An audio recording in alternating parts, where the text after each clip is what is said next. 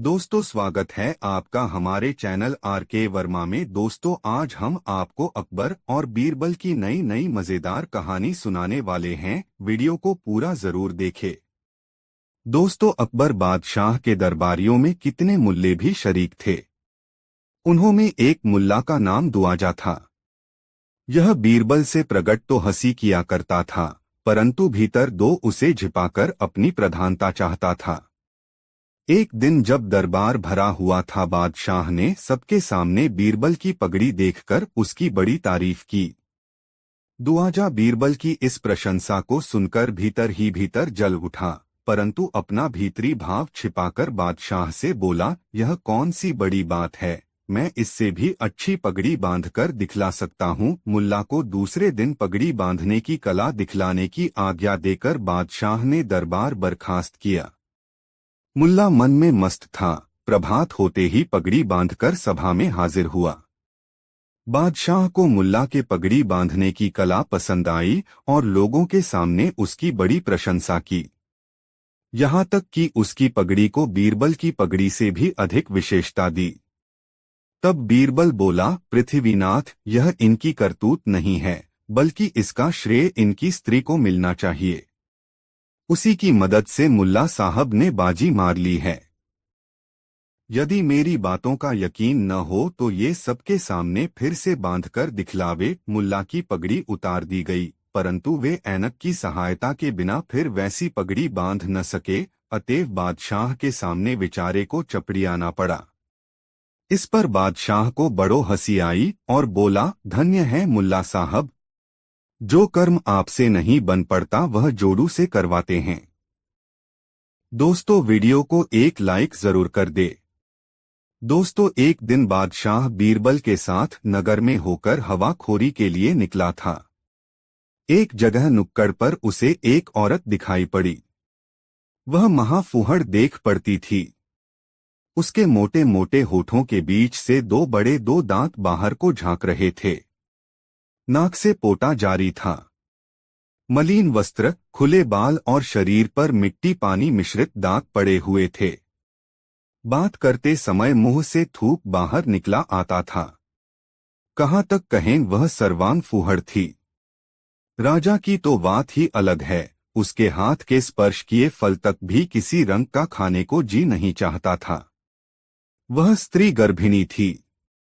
यह देखकर बादशाह को बड़ा आश्चर्य हुआ और वे बीरबल से बोले, बीरबल, जरा कामदेव का प्रबल प्रभाव तो देखो। जिसके देखने मात्र से घृणा उत्पन्न होती है, उसके साथ रमण करने वाला भला कैसा होगा। बीरबल ने उत्तर दिया, पृथ्वीनाथ, भूखे को जूठा मीठा नहीं सुझता। निद्रा देवी के आवाहन के समय मुलायम सेज व जमीन का विचार नहीं उठता। उसी प्रकार काम की ज्वाला के सामने भी भले बुरे का परिज्ञान भूल जाता है। उस समय काम से पीड़ित व्यक्ति को न जात सूझता है न कुजात। आपको अन्वेषण करने पर ऐसे बहुतेरे पुरुष मिलेंगे जो देखने में तो बड़े सुंदर और फिटिक बाज होंगे, परंतु ऐसी दो गलीज जगहों में उन्हीं का नंबर निकलता है। बादशाह ने कहा, हाँ, तुम्हारा कहना भी सत्य हो सकता है। इसलिए मैं चाहता हूं कि इससे रमण करने वाले की खोज की जाए। मैं उसे देखना चाहता हूं। बीरबल बोला, शायद कुछ देर अगल बगल के लोगों से पूछताछ करने पर कुछ भेद खुले। ऐसा विचार कर वे वहां से कुछ दूर निकल गए, परंतु बीरबल को उस बात की ही धुन बंधी रही। वह बराबर उसी स्त्री की तरफ लगा हुआ था। थोड़ी देर बाद एक ऐसी घटना घटी कि एक कामी पुरुष उसके बगल से होकर निकला और उस स्त्री से कुछ संकेत द्वारा कहकर आप आगे निकल गया। वह देखने में किसी उच्च कुल का ज्ञान पड़ता था, परंतु स्वभाव से लंपट प्रकट होता था। बीरबल ने उसे बादशाह को दिखाकर कहा, पृथ्वीनाथ, यही पुरुष उस स्त्री का यार जान पड़ता है। बादशाह को बीरबल की बातों से आश्चर्य हुआ और वे बोले, इस पर कैसे विश्वास किया जाए। बीरबल ने उत्तर दिया, उसकी तरफ कुछ देर तक ध्यान पूर्वक देखने से आपको स्वयं सिद्ध हो जाएगा। बादशाह ने बीरबल के कहने का अनुसरण किया। वे अनजानों की तरह उसकी दृष्टि बचाकर बराबर उसी तरफ देखते रहे। कुछ कालोपरांत वह लंपट फिर घूम कर आया और अंगुली के संकेत से उसे कुछ कहकर आप अग्रसर हुआ। महामाया भी उसके पोछेर चली। कुछ देर के बाद वे दोनों एक गली में मुड़कर इनकी आंखों से ओझल हो गए। यह देखकर बादशाह का भ्रम मिट गया और उन्हें उस लंपट का जार उस होना निश्चित हो गया, परंतु फिर भी उधर ही दृष्टि अड़ाए रहे। अब ये दोनों आगे बढ़े। बादशाह को बीरबल को परिख पर बड़ा आश्चर्य हो रहा था, इसलिए बीरबल को छेड़कर बोले, बीरबल, तुम्हारी परिख तो बड़ी सच्ची निकली, परंतु यह तो बतलाओ कि पहले तुमने उसको कैसे पहचाना था। बीरबल बोला, पृथ्वीनाथ, यह सब आंखों की खूबियां हैं। हम लोग नगर में निकलते हैं तो बराबर रास्ते में आने जाने वालों की चाल ढाल का निरीक्षण किया करते हैं, जिससे आंखों को मनुष्यों से मिलकर व दूर से देखकर उनके आचरण समझ लेने की शक्ति प्राप्त हो गई है। मैं बहुत देर से बराबर उस लंपट की हरकतों को देख रहा था। पहले जब वह आया तो उसके हाथ पर केवल खैनी थी। चूने की तलाश में अगल बगल की दीवालों को देखता जा रहा था। दैवात एक संडास पर ताजा चूना छुआ गया था। झट अंगुलियों से चूना पोंछकर खैनी बनाकर खा लिया।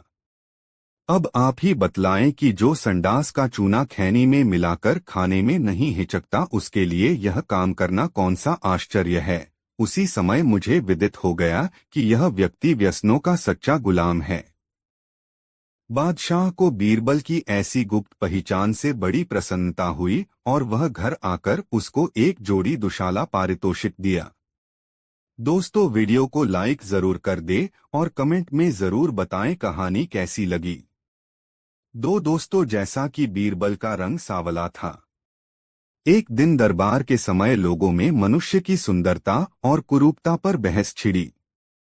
बहुतेरे लोग बीरबल का स्मरण कर उसकी कुरूपता पर हंस पड़े। उस समय बोरवल दरबार में उपस्थित नहीं था। जब कुछ कालोपरांत लौटकर आया तो दरबारी लोग उसे देखकर जोर-जोर से हंसने लगे। बीरबल चाहता था कि उनके इस आकस्मिक हंसी का कारण पूछे, परंतु कुछ सोच विचार कर चुप रह गया। इधर उधर की बातें होने लगीं। कुछ देर बाद बीरबल को अवसर मिला तो बादशाह से बोला, पृथ्वीनाथ, आज आप लोग बड़े हंसमुख क्यों दिख पड़ते हैं? बादशाह ने हंसते हुए उत्तर दिया, लोगों के हंसने का कारण तुम्हारी कुरूपता है। वे कहते हैं हम लोग गोरे और बीरबल काला कैसे हुआ। बीरबल बोला, अफसोस कि अभी तक आपको इसका कारण ही नहीं ज्ञात हुआ। बादशाह ने कहा, भला भाई, बिना बतलाए यह लोगों को कैसे मालूम हो? आप यदि जानकारी रखते हो तो बतलाकर सबका भ्रम निवारण करें। बीरबल ने उत्तर दिया, पृथ्वीनाथ, जिस समय ईश्वर ने सृष्टि की रचना प्रारंभ की, सर्वप्रथम वृक्ष और बैलों की रचना की, पर इतना ही करके वह संतुष्ट नहीं हुआ। तब पशु और पक्षियों की बारी आई। इतना करके कुछ समय तक आनंद उपभोग करता रहा। फिर उससे भी उत्तम जांचों की रचना करने का विचार कर मनुष्यों की रचना की। तब वह अति आनंदित होकर पहले उसे रूप, दूसरे धन, तीसरे बुद्धि और चौथे बल प्रदान किया। चारों चीजों को जुदी दो रखकर सब मनुष्यों को फरमाया कि इन चारों में जिसे जो पसंद हो अपनी इच्छानुसार ले लेवे। इस कार्य के लिए कुछ समय भी निर्धारित कर दिया था। मैं बुद्धि लेने में रह गया। जब दूसरों चीज लेने गया तो समय बीत चुका था, इसलिए कोरा लौटना पड़ा। मैं बुद्धि लेकर रह गया। आप लोग भी धन, रूप, बल के लालच में पड़कर बुद्धि लेना भूल गए। इसी कारण मैं कुरूप हुआ। बीरबल के उत्तर से बादशाह और दरबारियों का मन टूट गया और फिर वे कभी बीरबल की हंसी न उड़ाई। दोस्तों, वीडियो को लाइक जरूर कर दें। एक रोज बादशाह ने बीरबल से पूछा, क्या यह बात सही है कि कारीगर लोग मालिक की आंखों में धूर झोंककर अपना उल्लू सीधा कर लेते हैं? इस विषय की लोगों में बराबर चर्चा सुनने में आती है। बीरबल ने कहा, पृथ्वीनाथ, यह तो आंख देखी और कान सुनी बात है। जो जिस काम को करता है वह उसमें पंडित हो जाता है। बादशाह ने फिर पूछा, तो क्या सुनार, लोहार, दर्जी पेशा के सभी चोर ही होते हैं? बीरबल ने उत्तर दिया, मैं यह कैसे कह सकता हूँ कि सभी कारीगर चोर ही होते हैं, परंतु फिर भी कितनों की चोरी सबको विदित हो चुकी है। जैसे सुनार ही को लीजिए। इनके संबंध में लोगों का विश्वास है कि कोई चाहे कितनी ही इनकी चौकसी करे, ये इनके इन प्रकारेण माल में से चोरी कर ही लेते हैं। कला की चालाकी संसार में विख्यात है, लोग तो परंतु ये इनकी इस यहाँ तक कहते हैं कि दुनिया की बातें तो दरकिनारे रहीं, ये अपने माता पुत्री तथा बहनों के आभूषणों में से भी चोरी करते हैं। यदि कहीं चुराना भूल गए तो समझ लीजिए कि उस रात में उन्हें नींद हराम हो जाती है। ये कपट मुद्रा कर जब तक उसमें से कुछ माल निकाल न लेंगे, तब तक इनके पेट में चूहे कूदा करेंगे। इस संबंध की एक घटना मेरी आंखों के सामने भी घटी है, उस पर जरा विचार कीजिए। एक गांव में एक वृद्ध सुनार रहता था। बुढ़ापे के कारण वह सुनारी का काम नहीं कर सकता था, इसलिए विवश होकर दुकान में बैठा बंठा अपने एकलौते लड़के को सोनारी का काम सिखाया करता था। यदि लड़का कहीं चूक करता तो वह तुरंत उसकी भूल सुधरवा देता था। दैवयोग से उस वृद्ध सुनार की लड़की ससुराल से पीहर आई। उसे भी कुछ सोने के गहने बनवाए थे, अतएव अन्य जगह न देकर उसने अपने भाई से ही गहने बनवाना उत्तम समझा। उसका ख्याल था कि भाई के हाथ से बने हुए गहनों में फर्क नहीं पड़ेगा। दूसरे सुनारों का क्या विश्वास, वह अपना सब सोना भाई को देकर आप उसके पास बैठकर गहने बनवाने लगी। उसका बूढ़ा बाप भी वहीं दुकान में बैठा हुआ था। बूढ़े ने मन में अनुमान किया, जो मैं लड़के से प्रकट रूप में कहता हूँ तो लड़की सारी बातें जान जाएगी, और यदि नहीं कहता हूँ तो लड़का चहन के गहने सोचकर उसमें से चोरी नहीं करेगा। तब तो मेरे इस पेशे का नाम कलंकित होगा। वह अंगड़ाई लेता हुआ बोला, अरे राम, अपने लिए तो सभी एक समान हैं। ठग जाने ठगी की भाषा, ताते उमा गुप्त करी राखा, बाली घटना घटी। लड़का बाप की शिक्षा से धीरे धीरे पंडित हो चुका था। उसने अपने पिता के कहने का भावार्थ समझ लिया, परंतु प्रकट रूप से पिता को कुछ उत्तर नहीं दिया। बूढ़े ने समझा कि शायद लड़के को मेरा सांकेतिक शब्द समझ में नहीं आया, अतएव रह रहकर वही पहले वाला शब्द पुनः पुनः कहने लगा। लड़का दत्तचित्त हो अपनी बहन से बातें करता हुआ गहने गढ़ रहा था। पिता के बार बार के टोकारे से खींच कर बोला, पिताजी, आज आप इतना राम राम क्यों कह रहे हैं? अरे राम ने तो बहुत पहले ही लंका नगरी को लूट लिया था, अब उसमें रखा ही क्या है? अपने लाडले से ऐसा संतोषप्रद उत्तर पाकर वृद्ध गद हो गया और उसे अपने पुत्र पर बहुत भरोसा हुआ। वह लड़का कोवा से कबेला चतुर वालों कहावत पहले ही चरितार्थ कर सोने की एक गुली माल में से कपट कर राख में छिपा दिए था। इस घटना को सुनकर बीरबल ने कहा, पृथ्वीनाथ, कारीगर बड़े बजर बेहया होते हैं। वे अपने कला में जब तक चोरी करना नहीं जानते तब तक उनको अपने कारीगर होने में संदेह ही बना रहता है। आप इसे पक्का समझें कि जो जितना बड़ा कारीगर होता है वह उतना ही चोर भी होता है।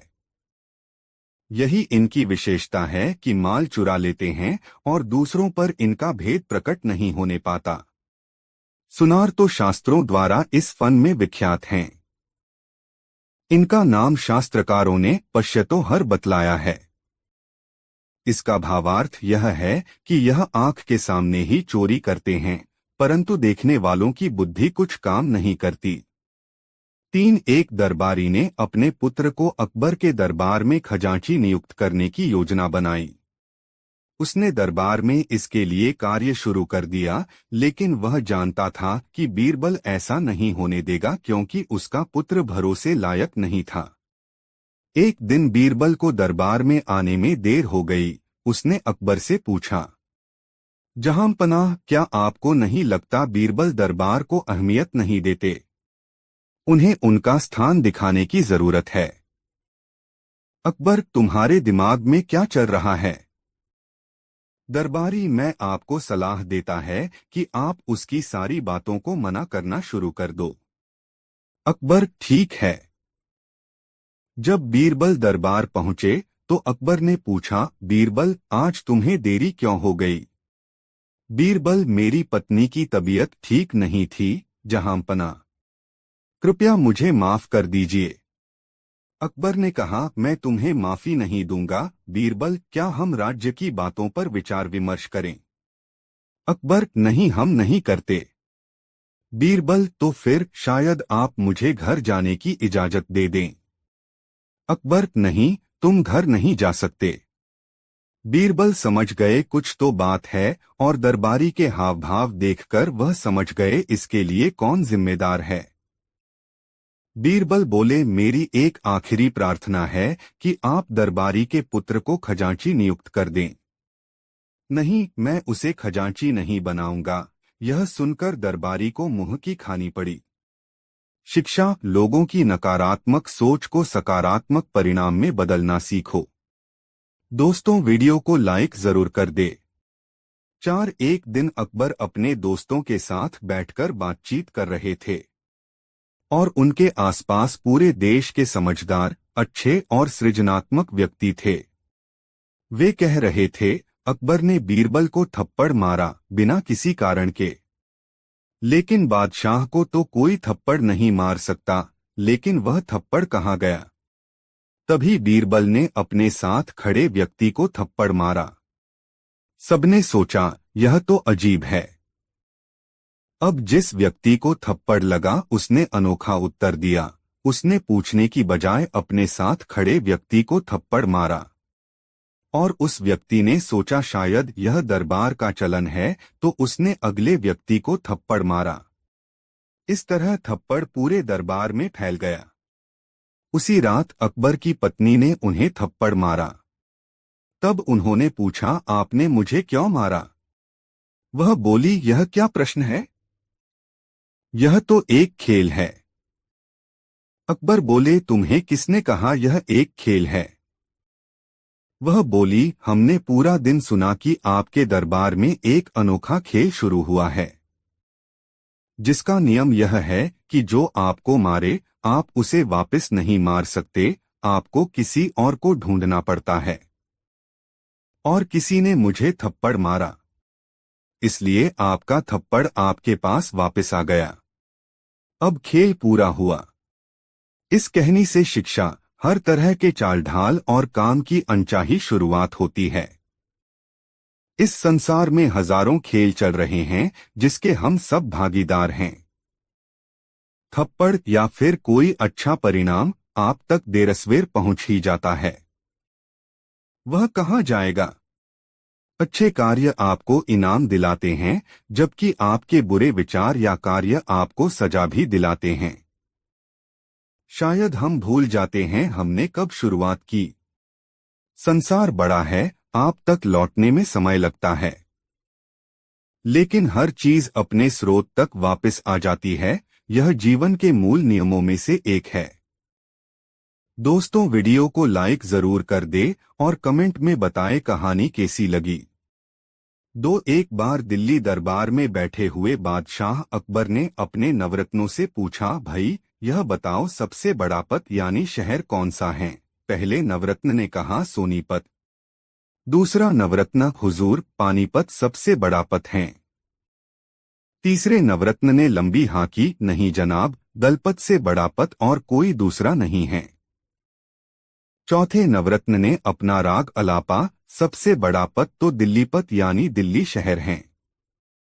बीरबल चुपचाप बैठे हुए सारी बातें सुन रहे थे। अकबर ने बीरबल से कहा, तुम भी कुछ बोलो। बीरबल ने कहा, सबसे बड़ा पत है राखपत और दूसरा बड़ा पत है रखापत। अकबर ने पूछा, बीरबल, हमने सोनीपत, पानीपत, दलपत और दिल्लीपत सब पत सुन रखे हैं, पर राखपत, रखापत किस शहर के नाम हैं? बीरबल बोले, हुजूर राखपत का मतलब है मैं आपके रखूं और रखपत का मतलब है आप मेरी बात रखो। यह मेलजोल और प्रेम भाव जिस पद में नहीं है उस पद का क्या मतलब है। प्रेम भाव है तो जंगल में भी मंगल है और प्रेम भाव नहीं तो नगर भी नरक का द्वार है। अकबर बीरबल की बातों को सुनकर बहुत खुश हुए और उन्हें कई इनामों से नवाजा। दोस्तों वीडियो कैसा लगा कमेंट में जरूर बताएं। तीन दोस्तों लोग कहा करते हैं कि संतान पर माता पिता के खून का बड़ा असर पड़ता है, सो प्रत्यक्ष देखने में भी आया। बादशाह और दीवान के मैत्री का प्रभाव उनके लड़कों पर भी पड़ा। वे आपस में बड़े मित्र हो गए। यहाँ तक नौबत पहुंची कि वे दोनों अपना सारा कारोबार छोड़कर मैत्री भाव का पालन करने लगे। यह बात बढ़ते दो बादशाह के कान तक पहुंची, जिस कारण वह बहुत क्षुभित हुआ और उनकी मैत्री भंग करने का उपाय सोचने लगा। उसने इस काम का भार बीरबल को सुपुर्द किया। एक दिन वह भरी सभा में दीवान के लड़के को बुलाकर उसके कान से मुंह सटाकर अलग कर लिया, परंतु कहा कुछ भी नहीं। फिर लोगों को सुनाकर बोला, सावधान, इस बात को किसी दूसरे के सामने कदापि न कहना। दीवान का लड़का वहां से विदा होकर चुपचाप अपने घर चला गया। जब दोनों मित्र फिर अपने समय पर एकत्रित हुए तो शाहजादे ने पूछा, कहिए मित्र, आपके कान से लगकर कल सभा में बीरबल ने क्या कहा था। तब दीवान के लड़के ने उत्तर दिया, मित्रवर, उसने मुझसे कहा तो कुछ भी नहीं, परंतु झूठ मूठ मेरे कान से मुंह लगाकर हटा लिया। शाहजादे ने कहा, मित्रवर, आज यह नई प्रणाली कैसी? आप तो कभी किसी बात की मुझसे छिपाव नहीं करते थे। शाहजादे के मन में इतने ही से खटका उत्पन्न हो गया, जिससे वह थोड़े समय में ही दीवान के लड़के से पृथक हो गया और फिर कभी उससे मित्रता न की। इधर से दिल का झुकाव हट जाने से उसका मन निजी कारोबार में लग गया। बादशाह ने बीरबल की इस बुद्धिमत्ता से बड़ा प्रसन्न हुआ और उसे खुश करने के लिए बहुत सा पुरस्कार दिया। दोस्तों इस वीडियो को लाइक जरूर कर दें। तीन बीरबल की सूझबूझ, बुद्धि और हाजिर जवाबी से जहां बादशाह अकबर प्रसन्न रहते थे, वहां दरबार के अन्य लोगों में की ऐसे थे जो बीरबल को उच्च पद से हटाना तथा बादशाह की दृष्टि में गिरना चाहते थे। वे लोग ऐसे अवसर की तक में रहते थे जब वे बादशाह के कान भर सकें या किसी भी तरह बीरबल को नीचा दिखा सकें। ऐसे अवसर अक्सर आते रहते थे। बीरबल की अनुपस्थिति में बादशाह के कान भरने वालों ने एक स्वर में कहा, हमारी समझ में आज तक यह नहीं आया है जहां पनाह की हम लोगों में क्या कमी है। बीरबल को इतना महत्व क्यों दिया जाता है? यहाँ तो उससे कहीं अधिक पढ़े लिखे लोग हैं। बादशाह अकबर मौन रहे। वे चुपचाप सुनते रहे। बादशाह को उपेक्षा के भाव से मुस्कुराते देखकर एक मौलाना बोले, जहां पनाह, उस आदमी से आपको इतना लगाव क्यों है? क्या वह हमसे ज्यादा विद्वान है? बहुत फर्क है उसमें और आप लोगों में। बादशाह ने कहा, जानने की इच्छा है हुजूर। फर्क जानना चाहते हो? बादशाह ने पूछा। हाँ हुजूर, फर्क पता चल जाएगा। इसी समय बीरबल के पास सूचना भेज दो कि वह 7 दिनों के लिए छुट्टी पर रहें, दरबार में न आएं। तुम लोगों में जो सबसे चतुर हो वह बीरबल के स्थान पर कार्य करे। इस 1 हफ्ते में फर्क का पता चल जाएगा। ऐसा ही किया गया। उन लोगों में जो सबसे अधिक चतुर था उसे बीरबल के स्थान पर नियुक्त कर दिया गया। बीरबल को हफ्ते भर के लिए छुट्टी दे दी गई। बादशाह इम्तहान लेने का उचित अवसर और इम्तहान का विषय तलाश करते रहे। 1 सप्ताह खत्म होने को आया। 6ठा दिन था। बादशाह ने दरबारियों को एकत्र कर उनके द्वारा चुने गए उस तुर मौलाना से कहा, हमारे महल के पिछले हिस्से में कुतिया के बच्चों की सी आवाजें आती रहती हैं। देखकर आओ क्या बात है। बहुत अच्छा हुजूर, कहकर मौलाना साहब चले गए। वे थोड़ी देर बाद लौटे तो बादशाह ने मुस्कुराकर पूछा, क्या देखा? कुतिया ने बच्चे दिए हैं हुजूर, वे ही कूकू करते रहते हैं। कितने बच्चे हैं? बादशाह ने पूछा। हुजूर, मैंने तो नहीं गिने। जाओ गिनकर आओ। बादशाह ने आज्ञा दी। मौलाना आज्ञा पाकर दोबारा गए और थोड़ी देर बाद लौट आए। आते ही बोले, जहां पनाह 5 बच्चे दिए हैं कुतिया ने। मैं स्वयं गिनकर आया हूं। गिन आए? बादशाह ने पूछा। जी हां, मौलाना ने उत्तर दिया। अच्छा। बादशाह ने मुस्कुराकर कहा, फिर तो तुमने यह भी जरूर देखा होगा कि उनमें कितने नर हैं और कितने मादा हैं। मौलाना चकरा गए। हुजूर, यह तो देखा नहीं। मौलाना बोले। देख कर आओ। मौलाना तीसरी बार गए और यह देखकर आए कि बच्चों में कितने नर हैं और कितने नर हैं और कितनी मादाएं। आकर बोले, हुजूर, 2 नर हैं और 3 मादाएं हैं। अच्छा, जो नर हैं उनके रंग कैसे कैसे हैं? जी, मैंने दोनों नर बच्चों के रंग पूछे हैं। बादशाह ने कहा। जी, जहां तक याद है उनमें से एक तो काला है, एक शायद सफेद है। जरा मैं एक बार देख आता हूं। और मौलाना चौथी बार गए। आकर बताया कि एक नर काला सफेद है और दूसरा बादामी। मादाओं में से 2 काली और एक बादामी है। बैठ जाइए, बादशाह ने कहा। मौलाना बैठ गए। अब बीरबल को यहां बुलवाया जाए। बीरबल ने आते ही कहा, हुजूर, अभी तो 1 दिन और बाकी है, मैं परसों अपने आप ही आ जाता। जरूरी काम है, इसलिए बुलवाया है। बादशाह बोले। सेवा बताएं। बीरबल ने पूछा। हमारे महल के पिछले भाग में अजीब सी आवाजें आती हैं, जैसे कभी कुतिया भौंकने की, कभी कुतिया के बच्चों के कूकू करने की, तो कभी गुर्राने की। देखकर आओ, माजरा क्या है, जरा जल्दी लौटना। अच्छा जहांपना। बीरबल चले गए। बीरबल जब लौटे तो बादशाह ने प्रश्न किया, क्या बात है? कुतिया ब्याई है जहांपना। उसी के बच्चे कूकू करते हैं। कुतिया गुर्राती या भौंकती रही होगी रात को, कोई बात नहीं है। वहां कितने बच्चे हैं? 5 बच्चे हैं। उनमें नरमादा कितने हैं? 2 नर, 3 मादाएं। रंग किस प्रकार का है? एक नर काला सफेद, दूसरा बादामी। मादाएं 2 काली और 1 बादामी है। बीरबल का उत्तर सुनकर बादशाह प्रसन्न हो गए।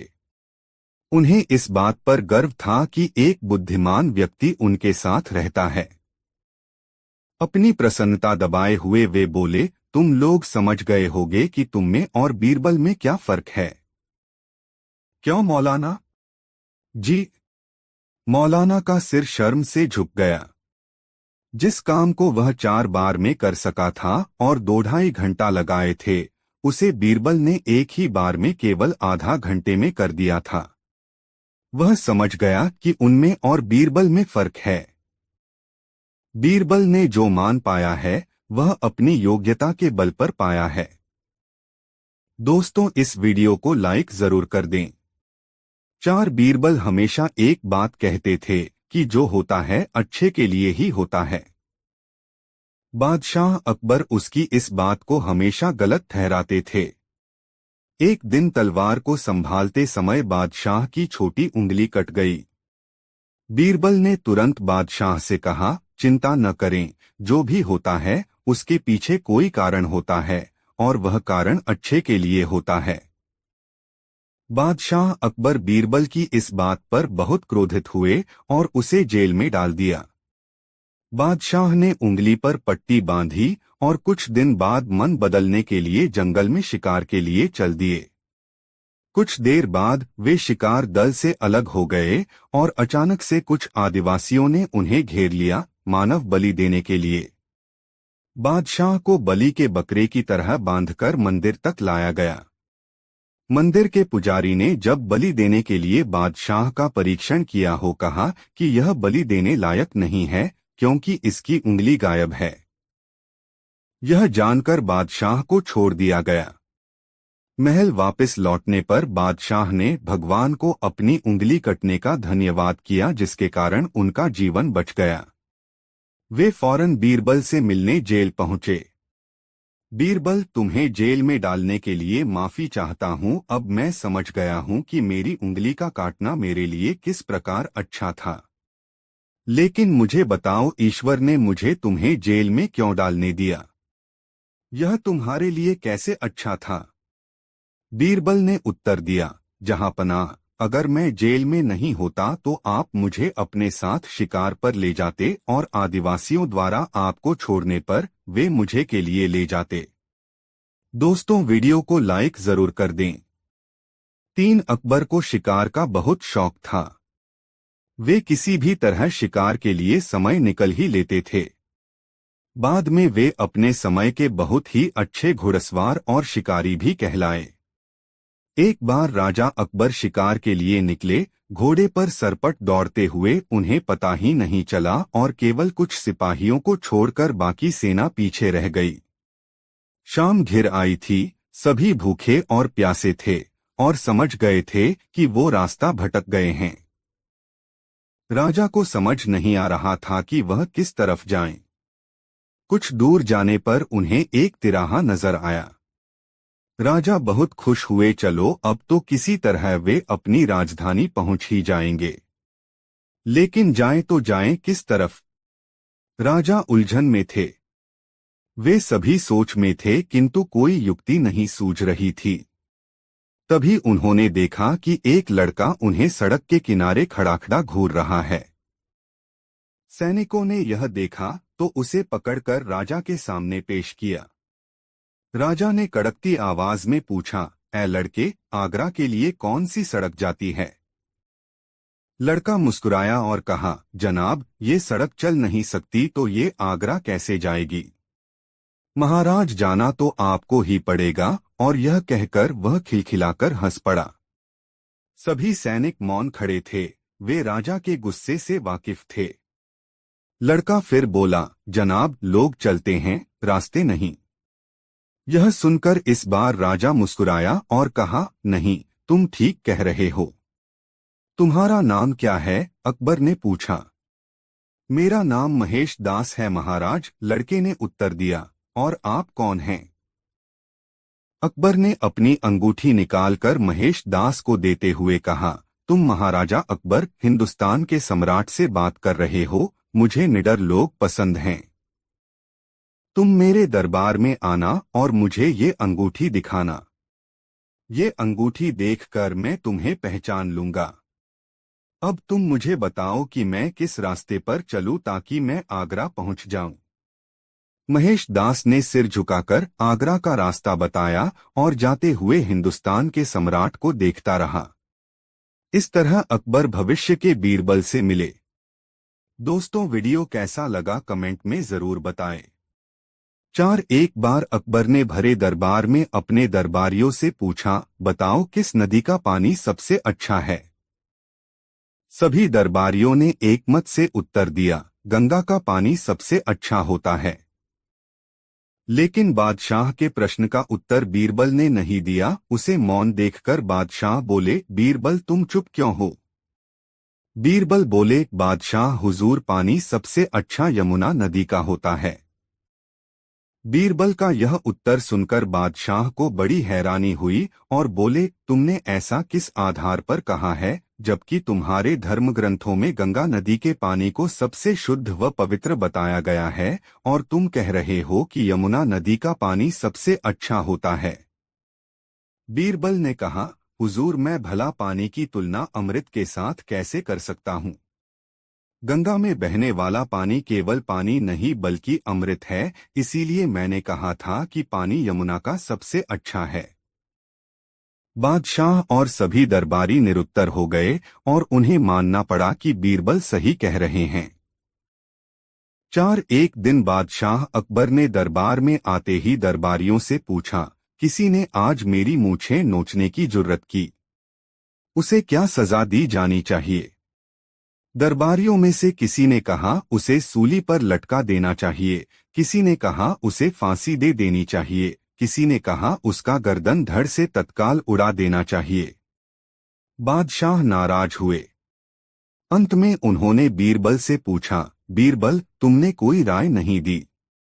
जहां पनाह, खता माफ हो, इस गुनहगार को तो सजा के बजाय उपहार देना चाहिए, बीरबल ने जवाब दिया।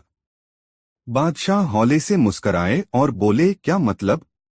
जहां पनाह, जो व्यक्ति आपकी मूंछें नोचने की जुर्रत कर सकता है, वह आपके शहजादे के सिवा कोई और हो ही नहीं सकता जो आपकी गोद में खेलता है। गोद में खेलते खेलते उसने आज आपकी मूंछें नोच ली होंगी। उस मासूम को उसकी इस जुर्रत के बदले मिठाई खाने की मासूम सजा दी जानी चाहिए, बीरबल ने खुलासा किया। बादशाह ने ठहाका लगाया और दरबारी बगले झांकने लगे। दोस्तों, वीडियो को लाइक जरूर कर दे।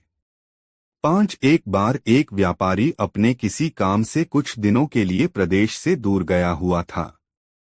जब वह अपना काम खत्म करके घर पहुंचा तो देखता है कि उसकी पूरी तिजोरी खाली है। उसकी मेहनत की सारी कमाई चोरी हो चुकी है। व्यापारी घबरा गया और उसने अपने घर के सारे नौकरों को बुलाया। व्यापारी के घर में कुल 5 नौकर थे।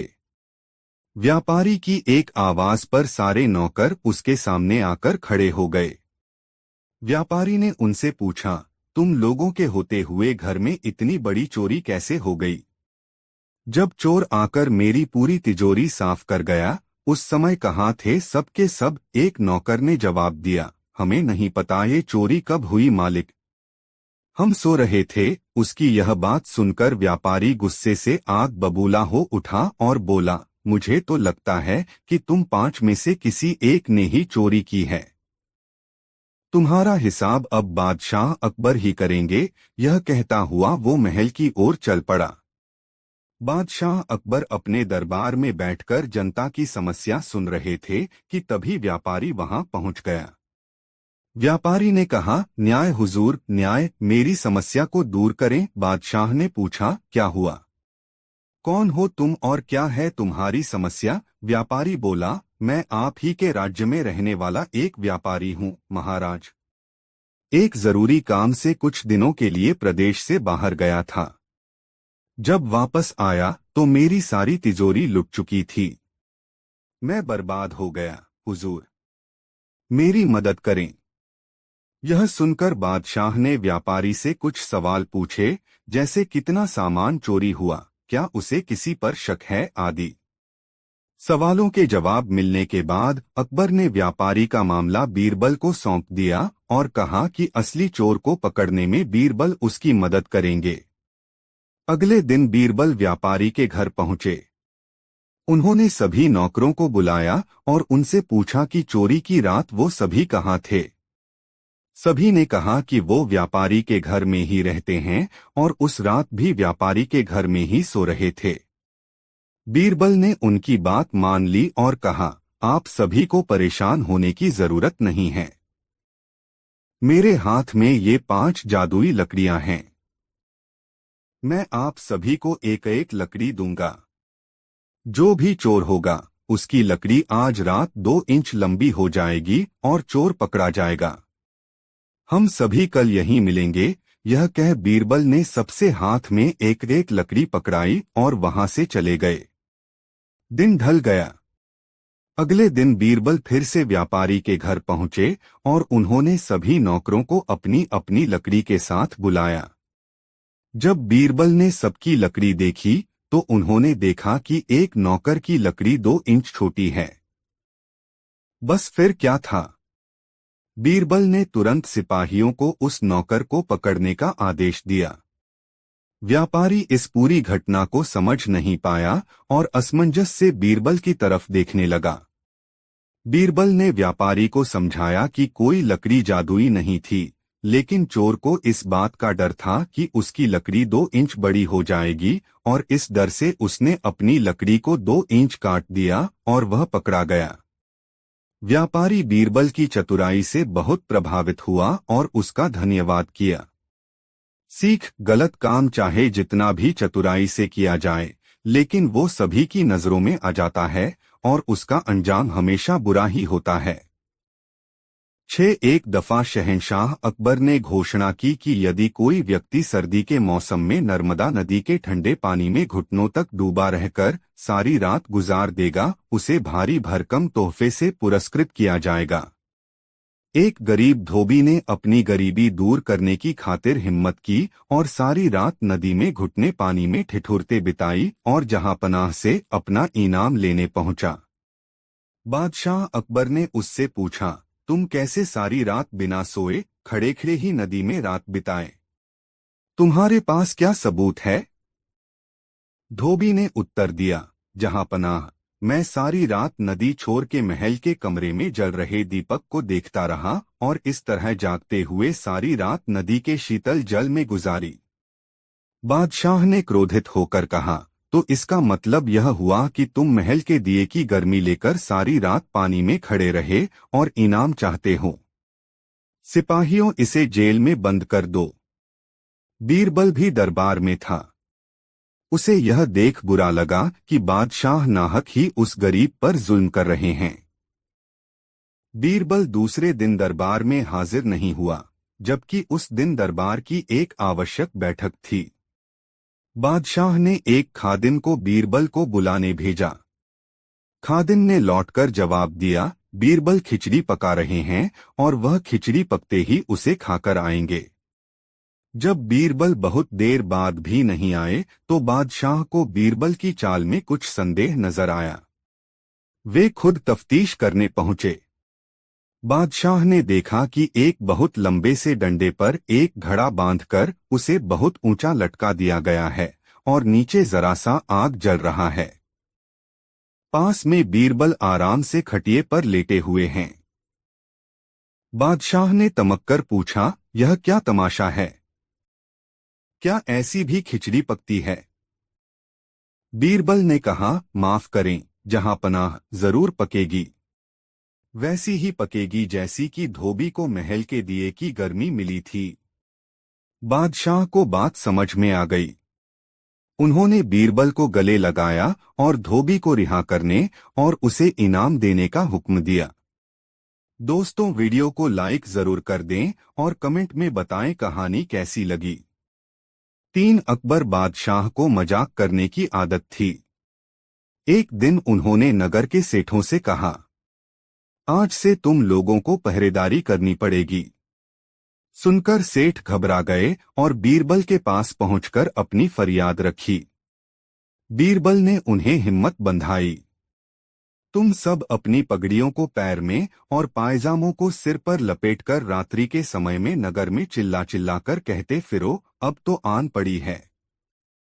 उधर बादशाह भी भेष बदलकर नगर में गश्त लगाने निकले। सेठों का यह निराला स्वांग देखकर बादशाह पहले तो हंसे, फिर बोले, यह सब क्या है? सेठों के मुखिया ने कहा, जहांपनाह, हम सेठ जन्म से गुड़ और तेल बेचने का काम सीख कर आए हैं। भला पहरेदीर क्या कर पाएंगे? अगर इतना ही जानते होते तो लोग हमें बनिया कहकर क्यों पुकारते? बादशाह अकबर बीरबल की चाल समझ गए और अपना हुक्म वापस ले लिया। दोस्तों, इस वीडियो को लाइक जरूर कर दे। 4 एक दिन बीरबल बाग में टहलते हुए सुबह की ताजा हवा का आनंद ले रहा था कि अचानक एक आदमी उसके पास आकर बोला, क्या तुम मुझे बता सकते हो कि बीरबल कहाँ मिलेगा? बाग में, बीरबल बोला। वह आदमी थोड़ा सकपकाया लेकिन फिर संभलकर बोला, वह कहाँ रहता है? अपने घर में, बीरबल ने उत्तर दिया। हैरान परेशान आदमी ने फिर पूछा, तुम मुझे उसका पूरा पता ठिकाना क्यों नहीं बता देते? क्योंकि तुमने पूछा ही नहीं, बीरबल ने ऊंचे स्वर में कहा। क्या तुम नहीं जानते कि मैं क्या पूछना चाहता हूं? उस आदमी ने फिर सवाल किया। नहीं, बीरबल का जवाब था। वह आदमी कुछ देर के लिए चुप हो गया। बीरबल का टहलना जारी था। उस आदमी ने सोचा कि मुझे इससे यह पूछना चाहिए कि क्या तुम बीरबल को जानते हो? वह फिर बीरबल के पास जा पहुंचा, बोला, बस मुझे केवल इतना बता दो कि क्या तुम बीरबल को जानते हो। हाँ, मैं जानता हूँ, जवाब मिला। तुम्हारा क्या नाम है? आदमी ने पूछा। बीरबल, बीरबल ने उत्तर दिया। अब वह आदमी भौंचक्का रह गया। वह बीरबल से इतनी देर से बीरबल का पता पूछ रहा था और बीरबल था कि बताने को तैयार नहीं हुआ कि वही बीरबल है। उसके लिए यह बेहद आश्चर्य की बात थी। तुम भी क्या आदमी हो? कहता हुआ वह कुछ नाराज सा लग रहा था। मैं तुमसे तुम्हारे ही बारे में पूछ रहा था और तुम न जाने क्या क्या ऊटपटांग बता रहे थे। बताओ, तुमने ऐसा क्यों किया? मैंने तुम्हारे सवालों का सीधा सीधा जवाब दिया था, बस। अंततः वह आदमी भी बीरबल की बुद्धि की तीक्ष्णता देख मुस्कराए बिना न रह सका।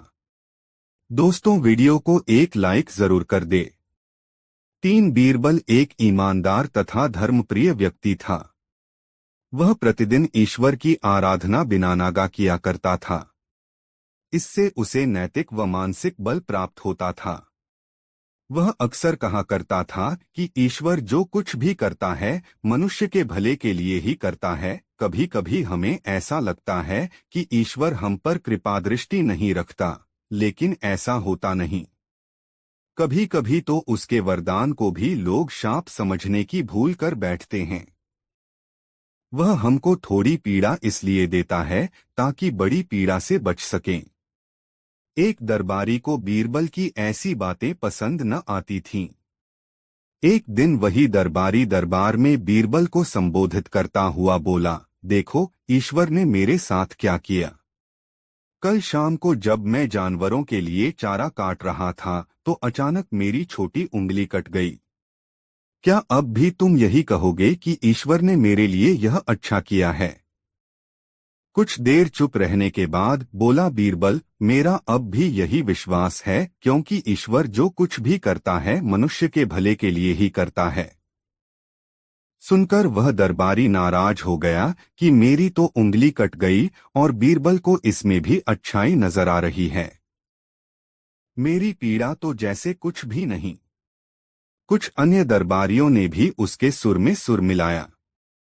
तभी बीच में हस्तक्षेप करते हुए बादशाह अकबर बोले, बीरबल, हम भी अल्लाह पर भरोसा रखते हैं, लेकिन यहाँ तुम्हारी बात से सहमत नहीं। इस दरबारी के मामले में ऐसी कोई बात नहीं दिखाई देती जिसके लिए उसकी तारीफ की जाए। बीरबल मुस्कुराता हुआ बोला, ठीक है जहां पनाह, समय ही बताएगा। अब 3 महीने बीत चुके थे। वह दरबारी, जिसकी उंगली कट गई थी, घने जंगल में शिकार खेलने निकला हुआ था। एक हिरन का पीछा करते वह भटककर आदिवासियों के हाथों में जा पड़ा। वे आदिवासी अपने देवता को प्रसन्न करने के लिए मानव बलि में विश्वास रखते थे। आठ वे उस दरबारी को पकड़कर मंदिर में ले गए बलि चढ़ाने के लिए। लेकिन जब पुजारी ने उसके शरीर का निरीक्षण किया तो हाथ की एक उंगली कम पाई। नहीं, इस आदमी की बलि नहीं दी जा सकती, मंदिर का पुजारी बोला। यदि 9 उंगलियों वाले इस आदमी को बलि चढ़ा दिया गया तो हमारे देवता बजाय प्रसन्न होने के क्रोधित हो जाएंगे। अधूरी बलि उन्हें पसंद नहीं।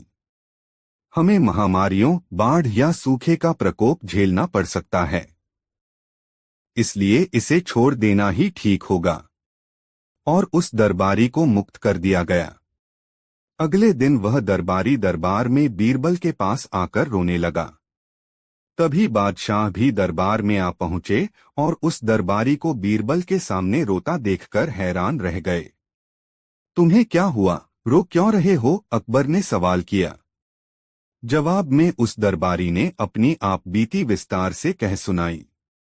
वह बोला, अब मुझे विश्वास हो गया है कि ईश्वर जो कुछ भी करता है मनुष्य के भले के लिए ही करता है। यदि मेरी उंगली न कटी होती तो निश्चित ही आदिवासी मेरी बलि चढ़ा देते। इसीलिए मैं रो रहा हूं, लेकिन ये आंसू खुशी के हैं। मैं खुश हूं क्योंकि मैं जिंदा हूं। बीरबल के ईश्वर पर विश्वास को संदेह की दृष्टि से देखना मेरी भूल थी। अकबर ने मंद मंद मुस्कराते हुए दरबारियों की ओर देखा, जो सिर झुकाए चुपचाप खड़े थे। अकबर को गर्व महसूस हो रहा था कि बीरबल जैसा बुद्धिमान उसके दरबारियों में से एक है। दोस्तों, वीडियो कैसा लगा कमेंट में जरूर बताएं। एक रात सोते समय बादशाह अकबर ने यह अजीब सपना देखा कि केवल एक छोड़कर उनके बाकी सभी दांत गिर गए हैं। फिर अगले दिन उन्होंने देश भर के विख्यात ज्योतिषियों व नुजूमियों को बुला भेजा और उन्हें अपने सपने के बारे में बताकर उसका मतलब जानना चाहा। सभी ने आपस में विचार विमर्श किया और एक मत होकर बादशाह से कहा, जहां पनाह, इसका अर्थ यह है कि आपके सारे नाते रिश्तेदार आपसे पहले ही मर जाएंगे। यह सुनकर अकबर को बेहद क्रोध हो आया और उन्होंने सभी ज्योतिषियों को दरबार से चले जाने को कहा। उनके जाने के बाद बादशाह ने बीरबल से अपने सपने का मतलब बताने को कहा। कुछ देर तक तो बीरबल सोच में डूबा रहा, फिर बोला, हुजूर, आपके सपने का मतलब तो बहुत ही शुभ है। इसका अर्थ है कि अपने नाते रिश्तेदारों के बीच आप ही सबसे अधिक समय तक जीवित रहेंगे। बीरबल की बात सुनकर बादशाह बेहद प्रसन्न हुए। बीरबल ने भी वही कहा था जो ज्योतिषियों ने, लेकिन कहने में अंतर था। बादशाह ने बीरबल को इनाम देकर विदा किया। दोस्तों, इस वीडियो को लाइक जरूर कर दें। दोस्तों, लोग कहा करते हैं कि संतान पर माता पिता के खून का बड़ा असर पड़ता है, सो प्रत्यक्ष देखने में भी आया। बादशाह और दीवान के मैत्री का प्रभाव उनके लड़कों पर भी पड़ा। वे आपस में बड़े मित्र हो गए। यहाँ तक नौबत पहुंची कि वे दोनों अपना सारा कारोबार छोड़कर मैत्री भाव का पालन करने लगे। यह बात बढ़ते दो बादशाह के कान तक पहुंची, जिस कारण वह बहुत क्षुभित हुआ और उनकी मैत्री भंग करने का उपाय सोचने लगा। उसने इस काम का भार बीरबल को सुपुर्द किया। एक दिन वह भरी सभा में दीवान के लड़के को बुलाकर उसके कान से मुंह सटाकर अलग कर लिया, परंतु कहा कुछ भी नहीं। फिर लोगों को सुनाकर बोला, सावधान, इस बात को किसी दूसरे के सामने कदापि न कहना। दीवान का लड़का वहां से विदा होकर चुपचाप अपने घर चला गया। जब दोनों मित्र फिर अपने समय पर एकत्रित हुए तो शाहजादे ने पूछा, कहिए मित्र, आपके कान से लगकर कल सभा में बीरबल ने क्या कहा था? तब दीवान के लड़के ने उत्तर दिया, मित्रवर, उसने मुझसे कहा तो कुछ भी नहीं, परंतु झूठ मूठ मेरे कान से मुंह लगाकर हटा लिया। शाहजादे ने कहा, मित्रवर, आज यह नई प्रणाली कैसी?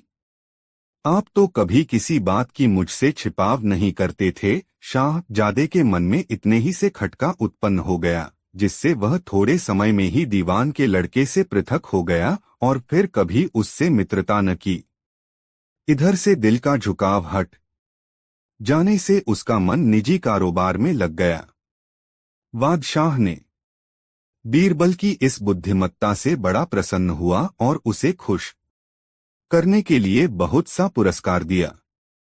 दोस्तों, वीडियो कैसा लगा कमेंट में जरूर बताएं। ऐसे और वीडियो देखने के लिए हमारे चैनल RK वर्मा को अभी सब्सक्राइब कर ले और यह वीडियो अपने प्यारे मित्रों को जरूर शेयर करें। वीडियो देखने के लिए धन्यवाद।